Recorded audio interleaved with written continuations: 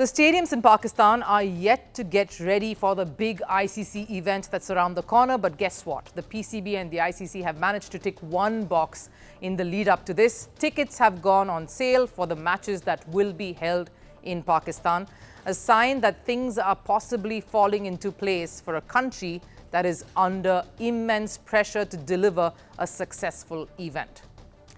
With just a few weeks to go for the mega event, the whole world will be watching Pakistan very closely. The first step has been taken. Tickets for the games in their country has been announced. But what's got me worried a bit is the price of all the tickets on offer.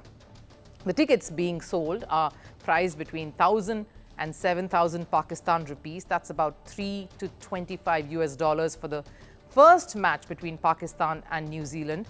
That's lesser than the tickets for India's ongoing series against England. The cheapest India-England ODI ticket is still 1,500 INR, and it's still 383% costlier than the cheapest Champions Trophy ticket.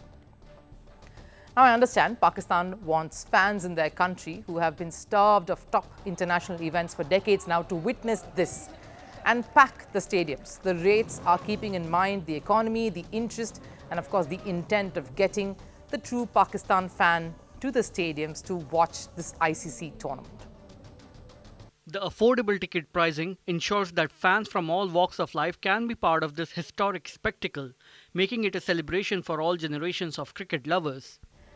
Going by the amount that ICC and PCB have invested in the tournament via renovating stadiums and getting the event across to the country, the ticket pricing will not make any dent in trying to make up for all those expenses. So what does the ICC get out of this? Because financially, this model doesn't make sense. And I'll elaborate on that.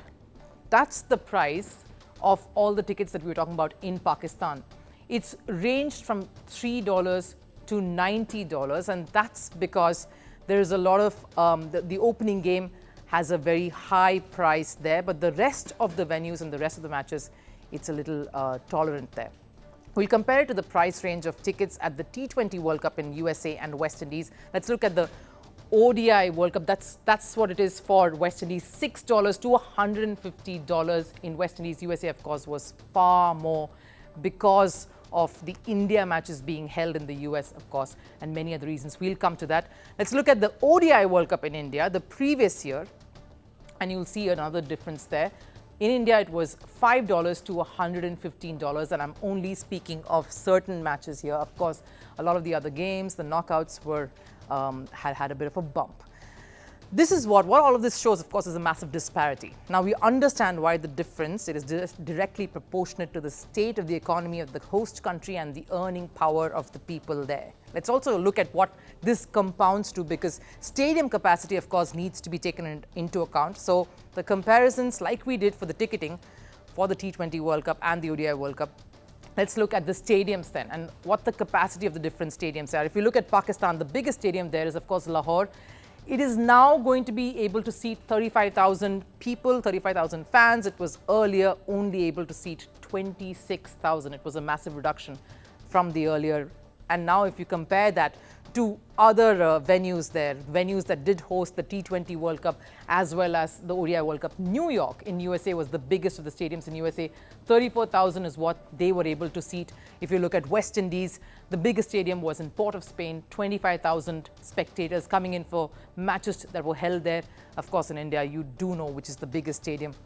The biggest stadium was Ahmedabad, 134,000 screaming people were able to be seated there. You can imagine what each of these venues then made for the games going by the ticket pricing that was set during the ICC event, what that would entail. And that's what the stark difference there is.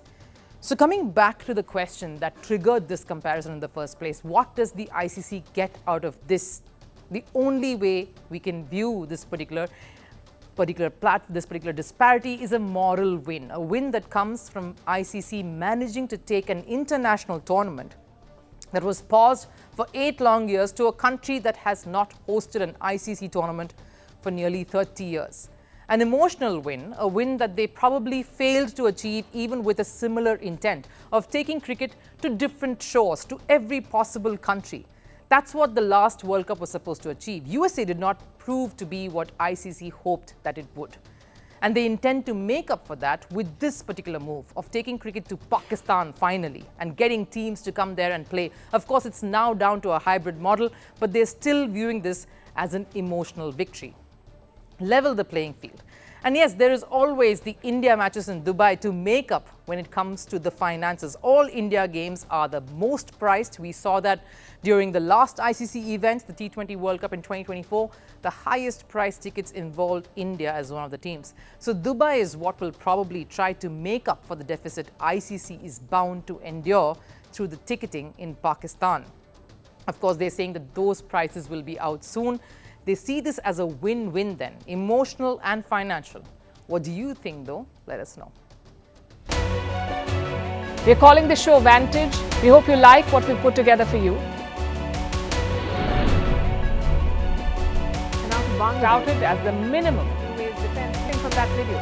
India's neighbours were the first to send the special edition of Vantage live from the White House throughout this week. Yes, Hindu Mandir we're on our way to Tel Aviv. City measure, but it's also the perfect way to drive. I don't think that Prime Minister of Bhutan, Sherin Tagwe. Welcome to 60% of the world's office. Prime Minister Modi did the iron. we were actually How are you doing? How do you like? It's been 1 year since that meeting. Iron bars separate you from the outside. Out the vote effort. Trump had, it says, and at $4.3 trillion. 4.3 300 billion by 2030. That's what we need to tackle climate change.